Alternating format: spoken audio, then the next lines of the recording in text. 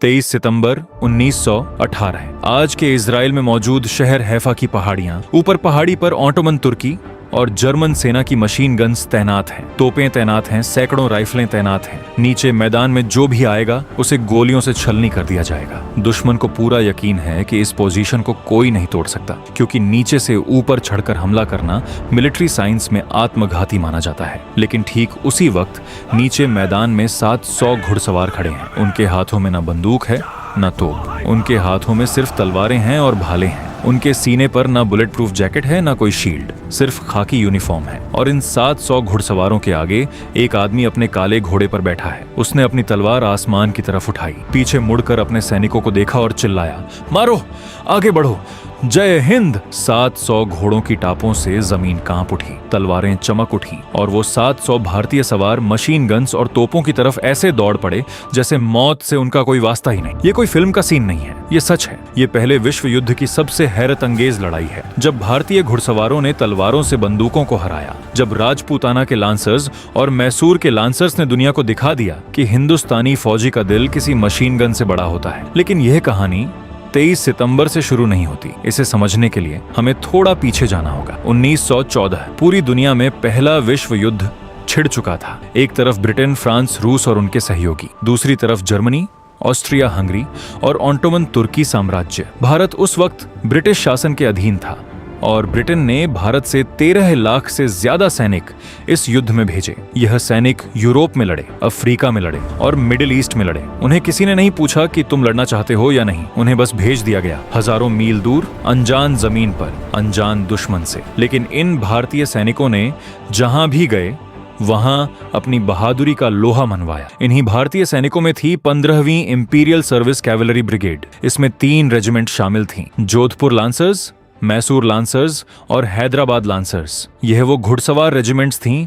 जो भारत की रियासतों ने ब्रिटिश फौज को दी थीं। जोधपुर के महाराजा ने अपने सबसे बेहतरीन घुड़सवार भेजे थे। मैसूर के महाराजा ने अपनी सबसे बहादुर टुकड़ी भेजी थी। ये लोग राजपूत थे, रणबांकुरे थे, इनके खून में युद्ध बहता था। इनके लिए तलवार सिर्फ हथियार नहीं बल्कि इज्जत थी। और इसी ब्रिगेड में एक नाम था जो इतिहास में अमर होने वाला था, मेजर दलपत सिंह शेखावत, जोधपुर लांसर्स के कमांडर, राजपूत, मूंछों वाला चेहरा, आंखों में वो आग जो सिर्फ योद्धाओं में होती है। दलपत सिंह वो आदमी थे जो अपने घोड़े पर बैठते तो ऐसा लगता था जैसे महाराणा प्रताप का कोई वंशज सामने खड़ा है। उनके बारे में कहा जाता था कि वो अपने सैनिकों से कभी नहीं कहते थे आगे जाओ, वो हमेशा कहते थे मेरे पीछे आओ। फर्क समझिए, एक लीडर पीछे से आर्डर देता है, एक योद्धा आगे से रास्ता दिखाता है। दलपत सिंह योद्धा थे। 1918 आते आते पहला विश्व युद्ध अपने अंतिम चरण में था। मिडिल ईस्ट में British general Edmund Allenby Ottoman तुर्की साम्राज्य को हर मोर्चे पर पीछे धकेल रहे थे। सितंबर 1918 में ब्रिटिश फोर्सेस ने मेगिद्दो की लड़ाई में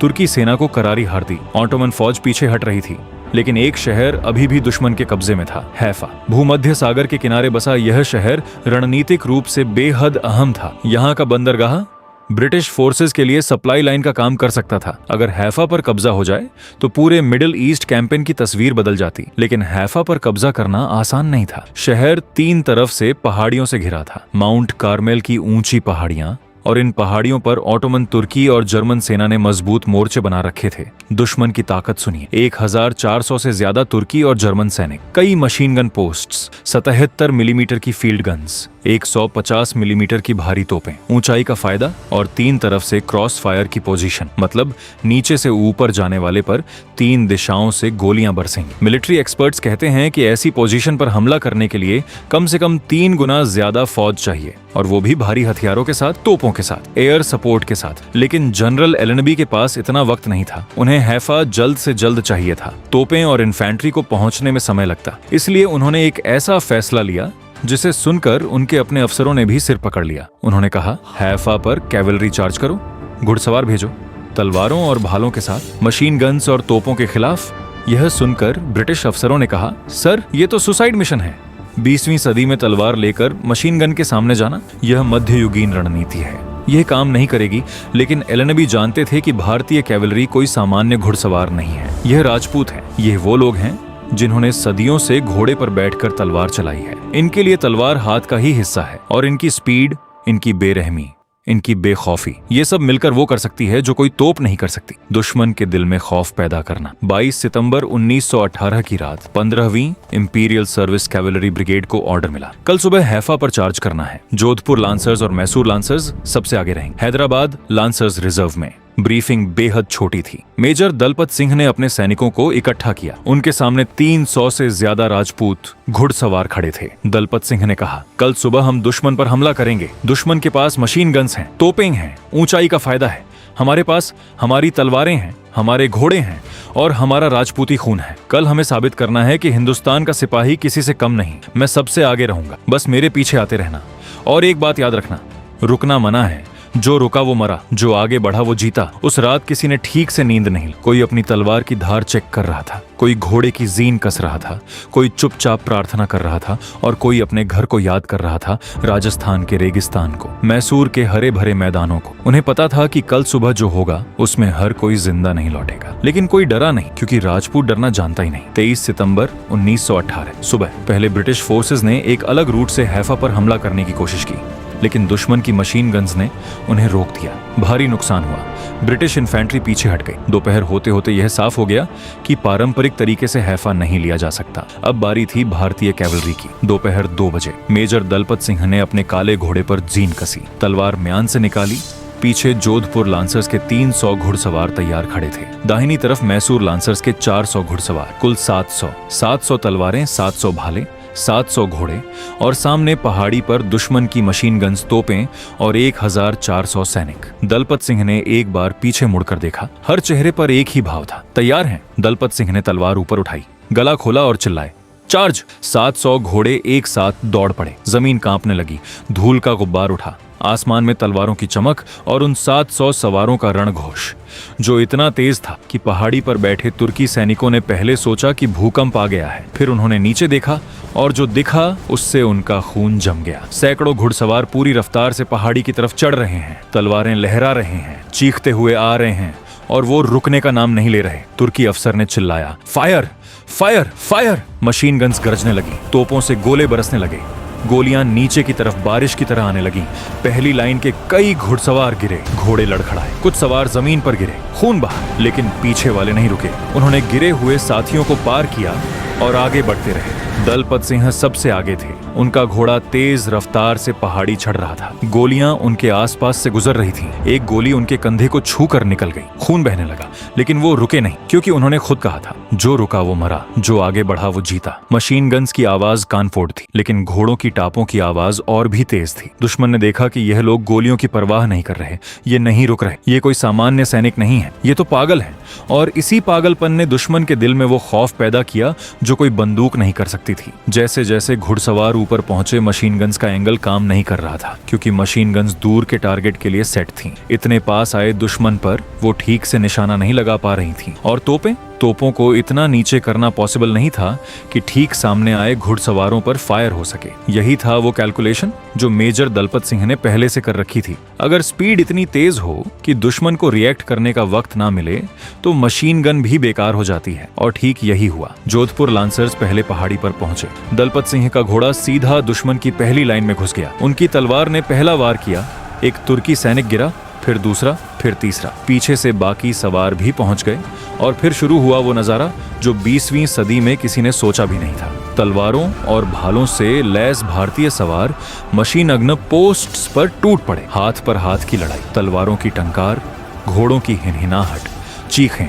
खून और बेइंतहा बहादुरी। मैसूर लांसर्स ने दूसरी तरफ से चार्ज किया। उन्होंने दुश्मन की तोपों पर कब्जा कर ली, तोपचियों को तलवारों से मार गिराया और तोपों को पलट दिया। एक मैसूर लांसर ने अकेले एक मशीन गन पोस्ट पर चार्ज किया। उसके भाले ने मशीन गनर को सीधे छेद दिया। उसके पीछे से 3 और सवार आए और पूरी पोस्ट पर कब्जा कर लिया। लेकिन इसी बीच वो हुआ जिसने इस जीत को एक अमर बलिदान में बदल दिया। मेजर दलपत सिंह सबसे आगे लड़ रहे थे। उन्होंने कई दुश्मनों को मार गिराया, लेकिन तभी एक मशीन गन बर्स्ट सीधे उनकी तरफ आई। गोलियां उनके सीने में लगी। दलपत सिंह अपने घोड़े से गिरे, खून तेजी से बह रहा था।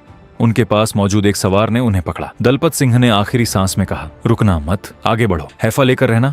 और मेजर दलपत सिंह शेखावत वीर गति को प्राप्त हो गए। 20वीं सदी के आखिरी महान कैवेलरी चार्ज के हीरो, वो इंसान जिसने तलवार उठाकर मशीन गन के सामने खड़े होने की हिम्मत की और अपनी जान देकर अपने सैनिकों को रास्ता दिखाया। दलपत सिंह गिरे लेकिन उनके सैनिक नहीं रुके। उनकी मौत ने गुस्सा और भी बढ़ा दिया। जोधपुर और मैसूर के सवार पागलों की तरह दुश्मन पर टूट पड़े। तलवारें खून से लाल हो गईं। भाले दुश्मनों के शरीर से पार हो रहे थे। तुर्की सैनिक भागने लगे। जर्मन अफसर चिल्ला रहे थे कि लाइन होल्ड करो, लेकिन कोई सुनने को तैयार नहीं था, क्योंकि जो सामने आ रहा था वो इंसान नहीं तूफान था। 45 मिनट, सिर्फ 45 मिनट में सब खत्म हो गया। 1400 में से 800 से ज्यादा दुश्मन सैनिक या तो मारे गए या उन्होंने सरेंडर कर दिया। 17 मशीन गन्स कब्जे में आई, 15 तोपें कब्जे में आई और 2 बड़ी फील्ड गन्स भी भारतीय कैवेलरी ने अपने कब्जे में ले ली। हैफा आजाद हो गया। शाम होते होते हैफा शहर पर ब्रिटिश झंडा लहरा रहा था, लेकिन वो झंडा लहराने वाले ब्रिटिश सैनिक नहीं थे। वो जोधपुर और मैसूर के सवार थे, भारतीय सवार, जिन्होंने अपने खून से यह जीत हासिल की थी। इस लड़ाई में भारतीय कैवेलरी के 8 सवार शहीद हुए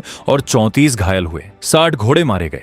ये संख्या बताती है कि दुश्मन ने कितनी भारी फायरिंग की थी, लेकिन इन बहादुरों ने गोलियों की बारिश में भी अपना रास्ता बनाया। मेजर दलपत सिंह को मरणोपरांत मिलिट्री क्रॉस से सम्मानित किया गया। कई और सवारों को भी बहादुरी के मेडल मिले, लेकिन सबसे बड़ा मेडल वो था जो किसी सरकार ने नहीं दिया। वो मेडल था इतिहास में अमर हो जाना। बैटल ऑफ हैफा को मिलिट्री इतिहास में आखिरी महान कैवेलरी चार्जेस में से एक माना जाता है। एक ऐसा चार्ज जिसमें तलवारों ने बंदूकों को हराया, घोड़ों ने मशीन गन्स को हराया और हिम्मत ने टेक्नोलॉजी को हराया। लेकिन सबसे दिलचस्प बात यह है कि इस कहानी को भारत ने नहीं बल्कि इजराइल ने जिंदा रखा। जब 1948 में इजराइल बना तो हैफा उसका एक प्रमुख शहर बना और इजराइल ने भारतीय सैनिकों की बहादुरी को कभी नहीं भुलाया। हैफा शहर में एक सड़क का नाम इंडियन कैवेलरी के नाम पर रखा गया। हर साल इजराइल में भारतीय सैनिकों को याद किया जाता है और भारतीय सेना भी हर साल 23 सितंबर को हैफा डे मनाती है। दिल्ली के 3 मूर्ति भवन के सामने जो 3 मूर्तियां खड़ी हैं, वो जोधपुर लांसर्स, मैसूर लांसर्स और हैदराबाद लांसर्स के उन्हीं बहादुर घुड़सवारों की याद में बनाई गई हैं। 3 मूर्ति चौक का नाम ही इन्हीं 3 रेजिमेंट से पड़ा है। लेकिन आज कितने भारतीयों को यह पता है? कितने लोग जानते हैं कि वो 3 मूर्तियां किनकी हैं? कितने लोग जानते हैं कि हैफा डे क्यों मनाया जाता है? मेजर दलपत सिंह शेखावत, एक ऐसा योद्धा जिसने 20वीं सदी में मध्ययुगीन हथियार लेकर आधुनिक हथियारों को हराया, जो अपने सैनिकों से कभी नहीं कहता था आगे जाओ, बल्कि कहता था मेरे पीछे आओ, जिसने अपनी जान देकर एक शहर आजाद कराया और जिसकी शहादत ने यह साबित किया कि जंग सिर्फ हथियारों से नहीं जीती जाती, जंग दिल से जीती जाती है, हौसले से जीती जाती है और उस पागल हिम्मत से जीती जाती है जो कहती है कि मैं रुकूंगा नहीं। चाहे सामने मशीन गन हो या तोप, चाहे मौत हो या जिंदगी, मैं आगे बढ़ूंगा, क्योंकि मैं हिंदुस्तानी हूं और हिंदुस्तानी कभी पीछे नहीं हटता। 1918 में जब वो 700 भारतीय सवार हैफा की पहाड़ियों पर चढ़ रहे थे, तो उन्हें नहीं पता था कि 100 साल बाद भी लोग उनकी कहानी सुनेंगे। उन्हें नहीं पता था कि एक दूर देश इजराइल उनके नाम पर सड़कें बनाएगा। उन्हें बस एक बात पता थी, सामने दुश्मन है, हाथ में तलवार है और पीठ पीछे हिंदुस्तान का सम्मान है। बस इतना काफी था, बस इतना काफी है। दोस्तों, अगर आपको यह वीडियो पसंद आई हो तो एक लाइक जरूर करें। कमेंट में बताइए कि इस लड़ाई का कौन सा हिस्सा आपके रोंगटे खड़े कर गया। और अगर आप ऐसी ही अनसुनी और अनकही कहानियां देखना चाहते हैं तो चैनल को सब्सक्राइब करना बिल्कुल ना भूलें। नोटिफिकेशन बेल जरूर ऑन कर दीजिए, क्योंकि हम हर हफ्ते ऐसी कहानियां लेकर आते हैं जो स्कूल की किताबों में नहीं मिलती। मिलते हैं अगले वीडियो में, तब तक के लिए जय हिंद, जय भारत।